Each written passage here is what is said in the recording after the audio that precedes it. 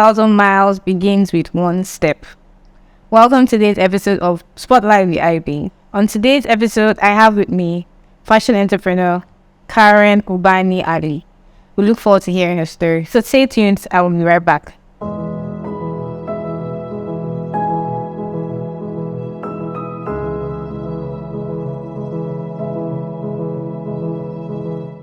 Welcome back, everyone. Like I said before, we have Karen Ubani-Alli.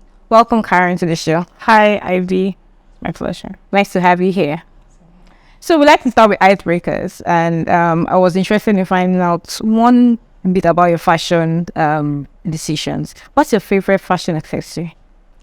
My favorite fashion accessory, although it depends on what I'm wearing, depends on the outfit, but I saw a quote once that says, your hair is your most permanent fashion accessory. So I pay attention to my hair. But beyond that, some other accessories I use sunglasses, I use earrings, I use necklaces. It depends on what the outfit is saying. Oh, and how much time I have to run out of the house as well. Well, time is always a very, very important factor, I must say. So second question. If you could be famous for one thing, what would it be? If I could be famous, it doesn't have to be serious. Like, I mean, I want to be famous. I'd rather be famous for number one. I want to be known for doing my job well, and I want to be known as someone who has a heart for God. So those two are okay for me. If I can have those two. What of a skill? Like if you could have like a skill, maybe singing, dancing. It's what I do.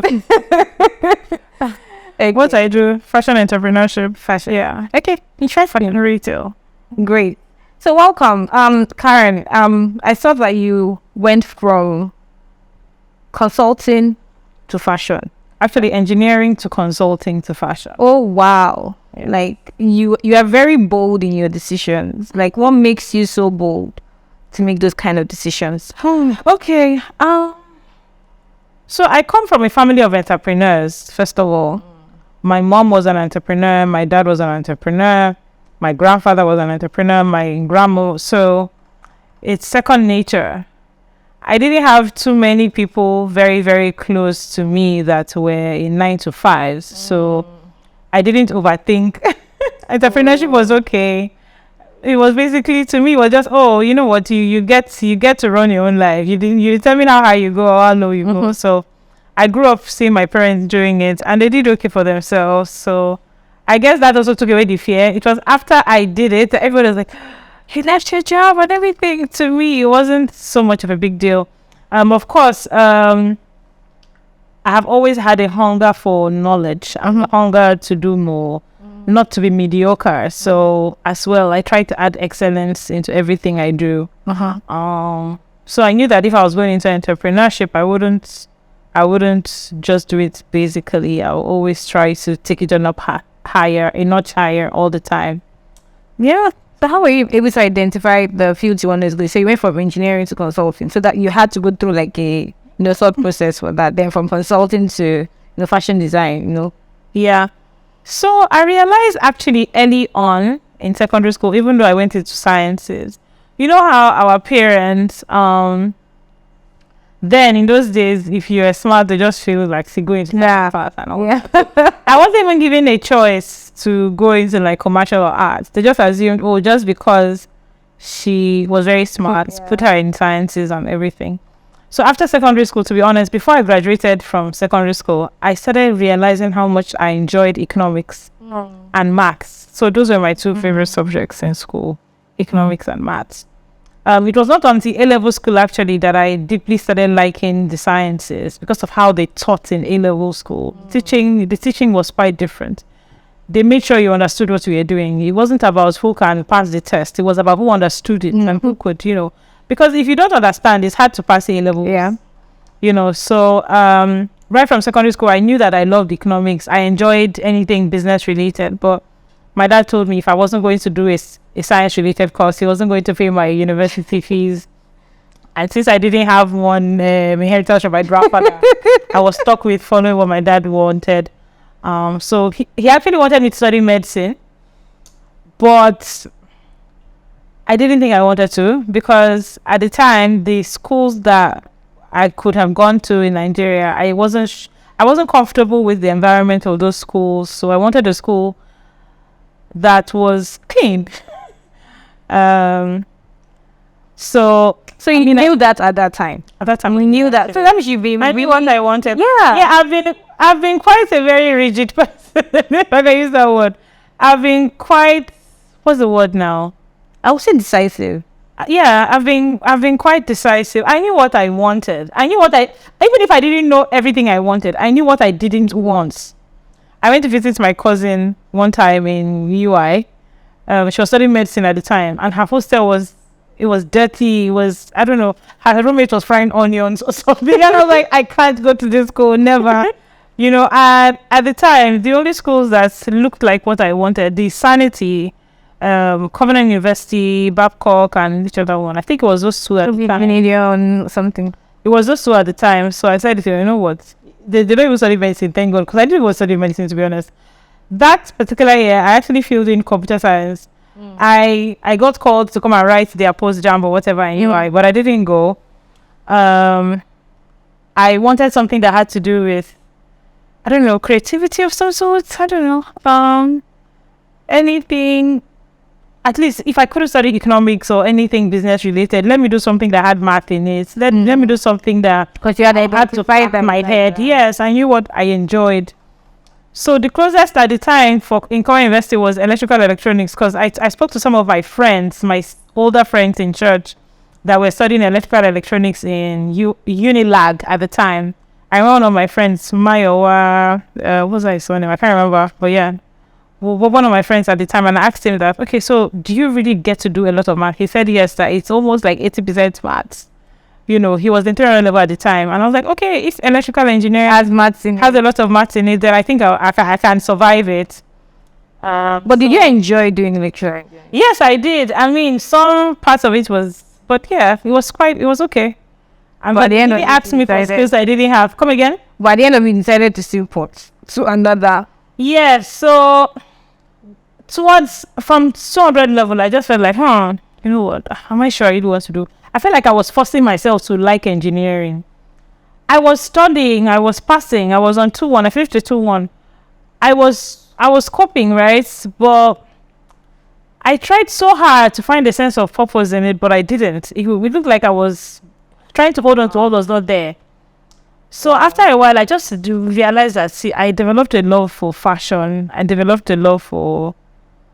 Well, let me first you right here. You say you're trying to find a sense of purpose. So that means that at 200 level, you were aware. Yeah. You were purpose aware.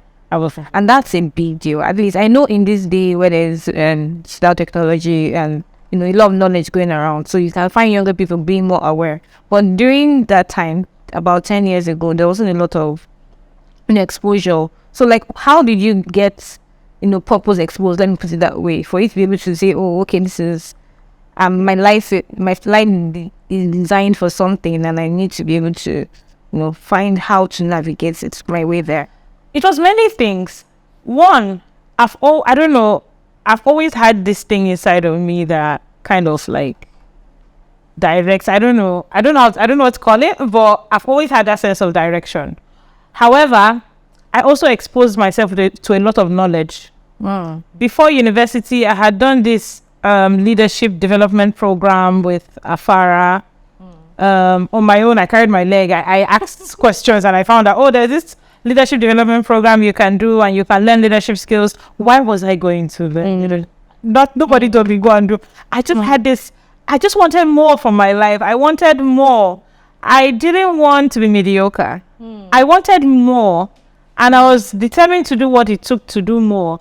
So every time I would see an adult that I admired, I'll find out the kind of things they used to do to get to where they were, and I'll do it. And I'll say, oh, okay, you did this program, you did this. Oh, wow, go and look for it. I remember that time I was hunting for a library near my house so that I could just find a place to study. That was how I found out about this leadership development program, and I did it. So every single opportunity I found to make me a better person, I took it. Every training I found to make me a better person, I would do it. Are you the firstborn though? No, I'm second. So, like, is your firstborn, like, the way they'll say, like, firstborn is wayward, secondborn is serious. Is that the case here? Because I'm trying to see you know, how at such a young age you were aware and you were aware that you were aware. It's a different thing. Sometimes you may be aware, but you just, just coasting through. But it's like you're very, very clear on the fact that I'm aware. And I am aware that I'm aware. To be honest, I can't completely answer this question. But another thing as well was the kind of friends I had. I had friends that were always reaching for the next big thing. We had this hunger. We had a hunger for more. And we did everything that we could find to just get ahead. I remember how I even stumbled into A-level school, because my elder sister didn't do A-levels. I was talking to one of my friends in church, and so her parents are like very exposed. They're schooled in UK, and then she was telling me that, I was telling her, I said, see, I'm about to finish secondary school.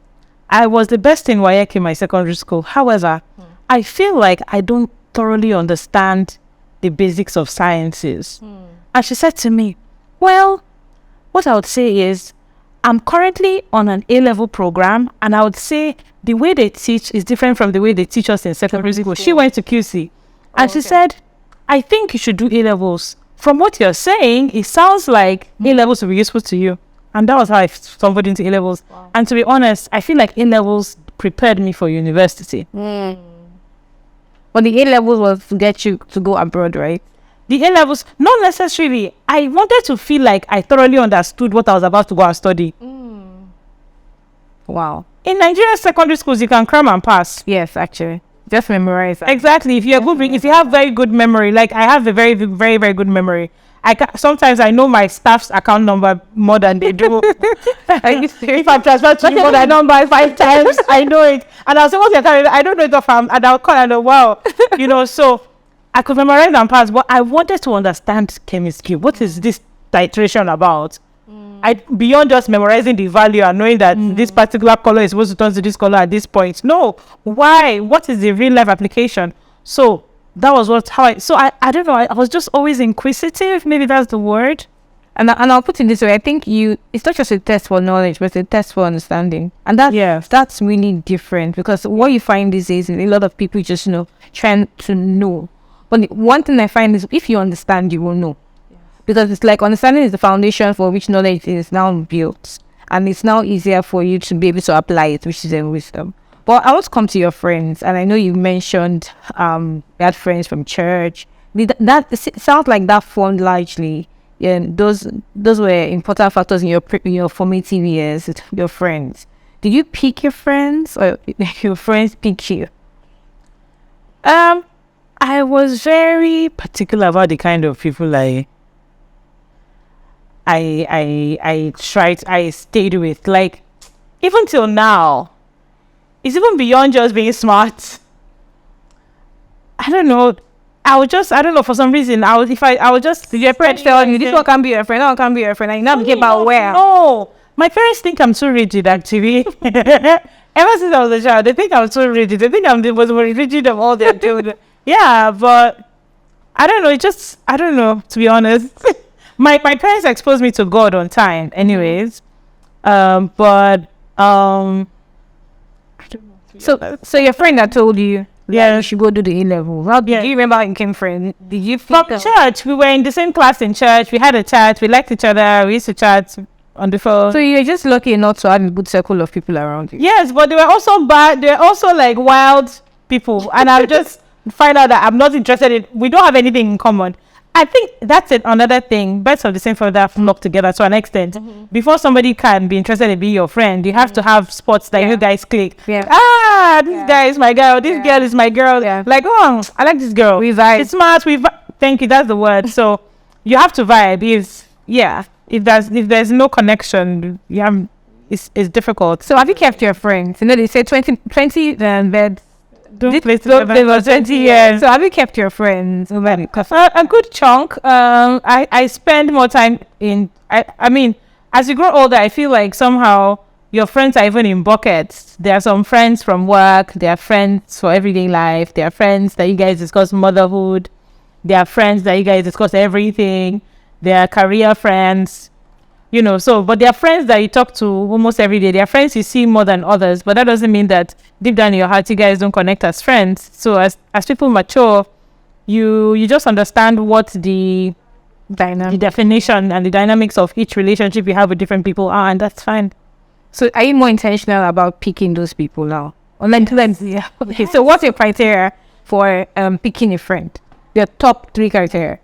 So for me now, what matters to me at this point of my life, so basically, of course, our faith must align. If our faith aligns, then a lot of other things align. A lot of my friends are ambitious, so I don't even, everybody around me is ambitious. So my friends are generally ambitious. Then number 3, down to earth. I think I'm at that stage in my life where I'm not interested in forming. Like, it is what it is. No time to waste time. Yeah, I don't have time to try to be what I'm not. Maybe that was when I was a teenager. Like, it is what it is. What you see, what you have. Is, yeah. If I cannot be myself around you, then there's no point. We can do business together. We can say hello, how are you doing? But we cannot relate on that deeper level. Yes. Great. Okay, so we're going on the journey from consulting to being a fashion entrepreneur. At what point did you decide that I'm going to leave my job? Okay, because you're in PwC. Yes, even before the PwC, I was in MRS Oil. The time when I left MRS Oil, I was already offered a promotion because I got into MRS Oil during my NYSC. What and I was returned. I got into MRS Oil as an electrical engineer, NYSC staff. So I was kind of like managing all the administrative duties of the electrical department. Okay. Working with contractors, working with the in-house electrical engineers as well, and liaising whatever we're doing in the department with management and all that. So that was what I was doing. And then right after my NYSC, I was told that I was retained. However, I always knew that the end goal was to run my own business. And for me to do that, the way I thought about it, I also had a chat with some of my friends that were quite smart. I was having a chat with one of my friends. In fact, one of the most important conversations I had at the time about my career was with my husband. Then we're not dating. But he got a job like right after school. So and he's one of the people I used to look up to then. I was like, see, I know I want to run my business, but I'm coming from engineering. I kind of have to understand how a proper business should run. What career do you think I should go into that can give me a soft landing into running a business? And he said, oh, I think consulting will be perfect. I was like, okay. So you asked me this question. I said, you know what? Okay, help me make a list of the top 10 consulting firms in Nigeria so that I can start applying. And that was how I landed it. So I got a job. I got an offer from KPMG and PwC. And at the same time, when I got an offer from those 2 companies, I was applying for the UWin business competition. So I got all 3. So it's not confusion. No confusion. I mean, the KPMG interview kind of staggered, but I eventually got it. However, I started with PwC and I was okay with PwC. So I knew that PwC I was going to stay for just a year and a half, and then I would go to fashion school and then start running my business. Since when I got the fashion grants, I had enough money to start my business, and I had done my business plan. I knew that money was going to help me run for the first few years and learn the ropes and all. So I just want to come back to this question because I think from stories I hear, typically, people usually understand it in retrospect. But it's like you already are like 2 steps ahead of, okay, this is next hour, this is next hour, this is next. And so what is clarity for you? Is it always clear to you that, oh, this is my next step, this is my next move, and how are you so sure it's going to work? So to be honest, clarity is a mixture of things. Number 1, you feel it deep down in your heart that this is what I should be doing at this time. You just know that, okay, this is what I should be doing at this time. But beyond just knowing that this is what you're supposed to be doing at this time, you also now need to be prepared, because preparation gives you confidence. So in my case, I had read a lot of the history of fashion houses in UK, all the fashion houses that still stand till today, Marks and Spencer, exactly.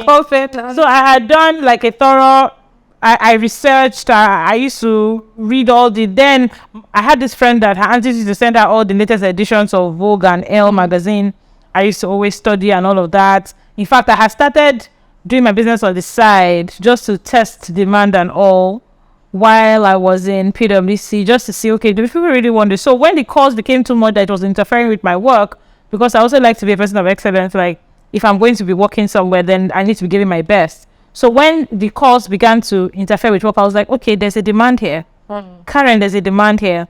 And then it was also close to our reviews in PwC. So I was about to get into a higher position and all. So I told myself, if I don't leave now, it will be hard to leave. I had the money, I had business plan, I had support from my friends who were consultants at the time. So I knew that if it was business advice, I'll get it. So I was like, you know what, let me just do it now. What's the worst that can happen? And in PwC, once you get into PwC, as long as you're the one that resigned yourself, you can always come back. Oh, really? Yes. I prayed that I won't have to come back. But even my previous employment before PwC, MRS Oil, my boss told me the same thing. Like, Karen, anytime you're ready to come back, just let me know. So when I was doing PwC at the same time, I had a good relationship with my seniors. And I told them, see, this is what I'm trying to do. And they're like, oh, Karen, you know you can always come back. I was like, yes, fine. But then you have with all humility, I try to be good at what I do. I knew that it's hard for me to be hungry in this life. Last, you get, even no matter what happens, see, if you hire me today that I should become the nanny of this place, I'll be the best nanny that you could ever find. So I had a confidence in my ability to deliver. So career-wise, how bad can it really be?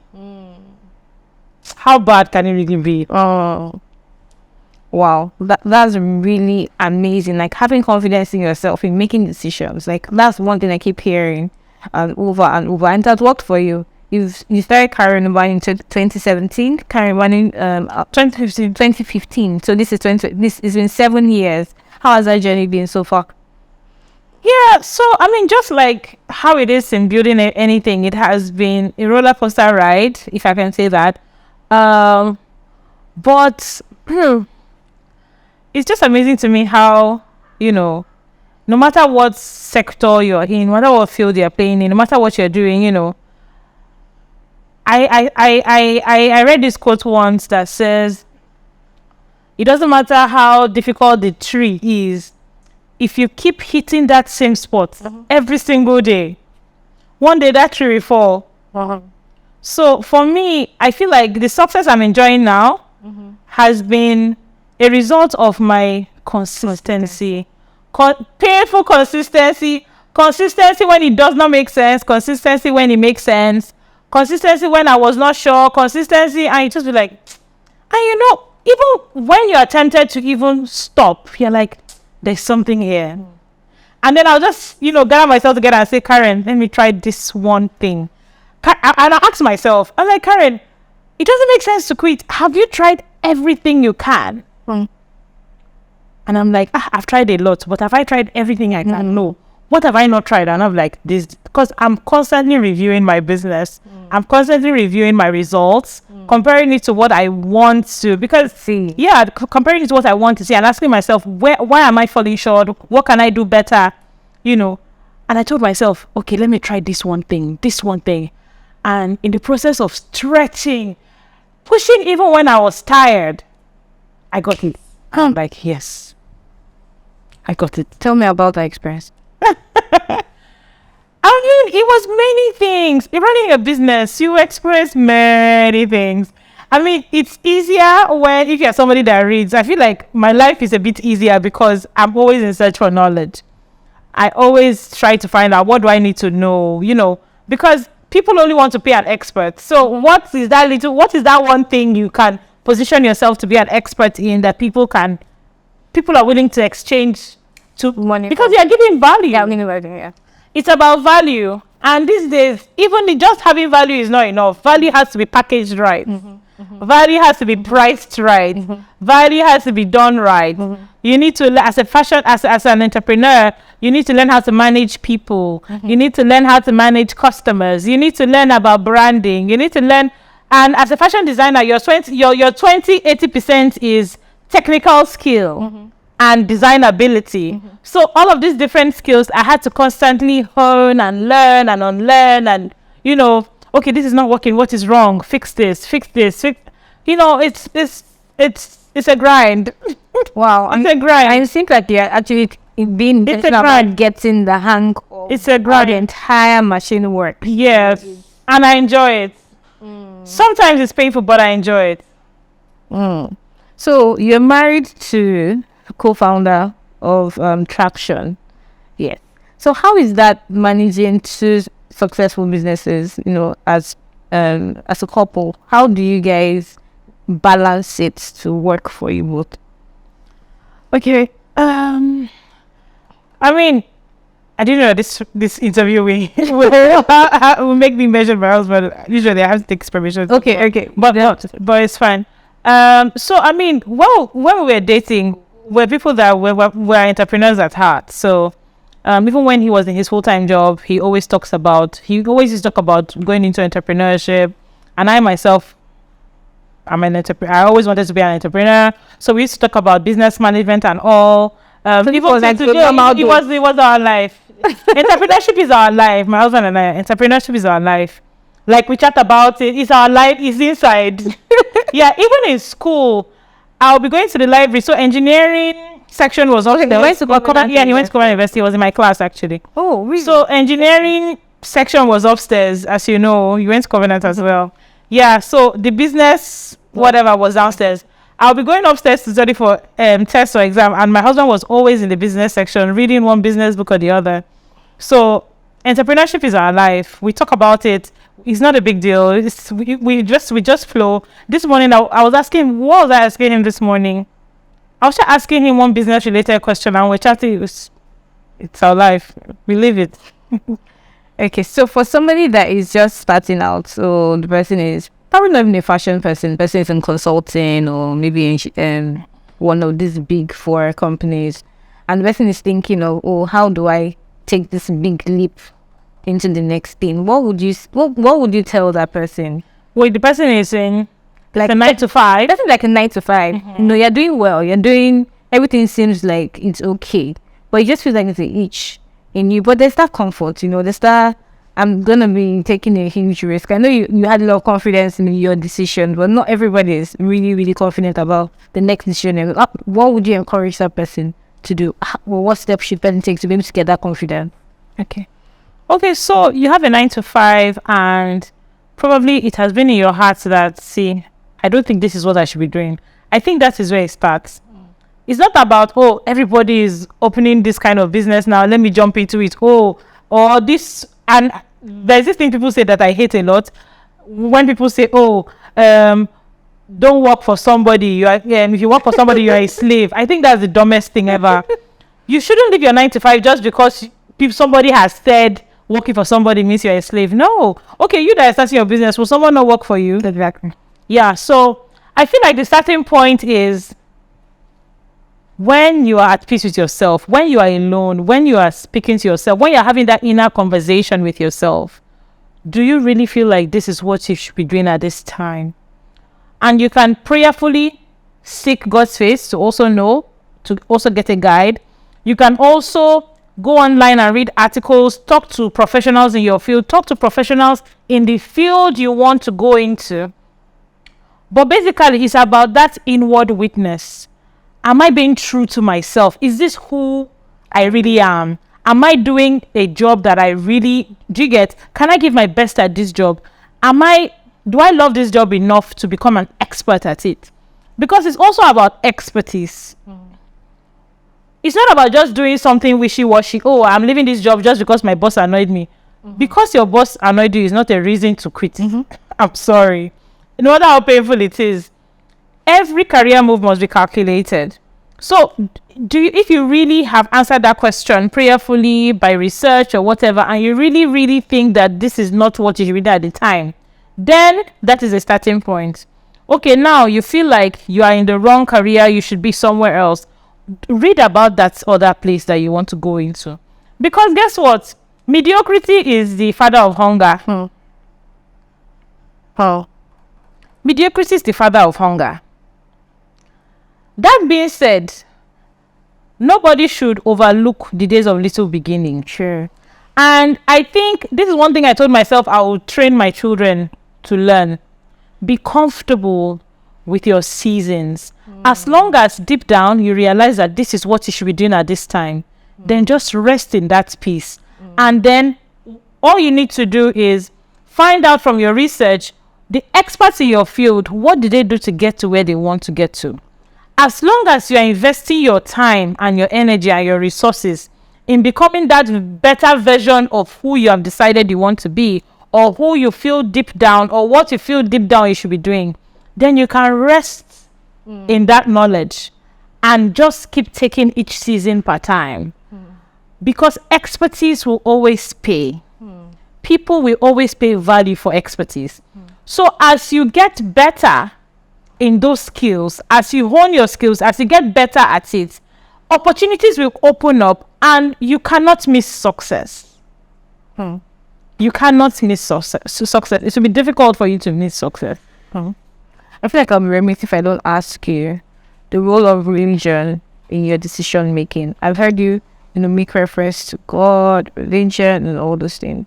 How frequently do you use religion or spirituality or whatever you want to call it in navigating through your life and your decision? Yeah, I mean, as we all know, as adults, adulthood is not being right. As we say in Nigeria. So, for me, my religion is at the core of who I am. My faith is at the core of who I am. Whether that is via prayer, meditation, just even plain old Bible study, I feel like it sanitizes my mind. I feel like one of the most important tools in this whole topic of purpose or career navigation, one of the most important tools is your mind. If you meet anybody who has made outstanding success in their careers, it started in their mind. What information they fed their mind with, and they continuously feed their mind with. If you find anybody that was able to level up in life, it starts with their mind as well. So for me, my mind is my tool in the navigation of my life. And I find that one of the best secrets that has helped me, or one of the best tools in, shaping my mind or making sure that my mind is at the right place, is the word of God, is prayer, and it's my relationship with God. You'll find that a lot of entrepreneurs, and this cuts across so many religions, right? Your mind. I have Muslim friends, and we talk about prayer.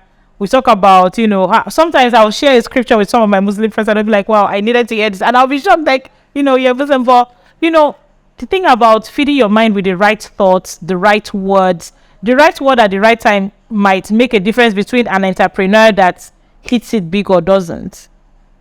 That's why increasingly you see a lot of people going to see therapists, because it's about your mind. So whatever you do, take care of your mind. It matters. So in evolving Nigerian situation, we're hoping for things to get better, and how difficult it is these days to navigate business. What is one scripture that you hold on to ensure that your mind stays intact in this season? Okay. There are two scriptures I will share. There are so many, but two that come to mind now. There's a scripture that says, "He trains my hands for war and my fingers for battle." He trains my hands for war and my fingers for battle. So whatever it is I have to face in life, whatever business challenge it is I have to face, God prepares me for it. God prepares me for it, and I'm not alone. Wow. Thank you so much for coming. That was such an amazing session, and I'm sure you agree that was such an amazing session as well. Thank you, Karen. Thank you. It was lovely having you on the show. Yeah, thank you. All right. Thank you, everyone, for tuning in. It was an amazing session with Karen Ubani-Alli, founder of Karen Ubani Apparel. Stay tuned next time for another episode of Spotlight with Ivy. Bye for now.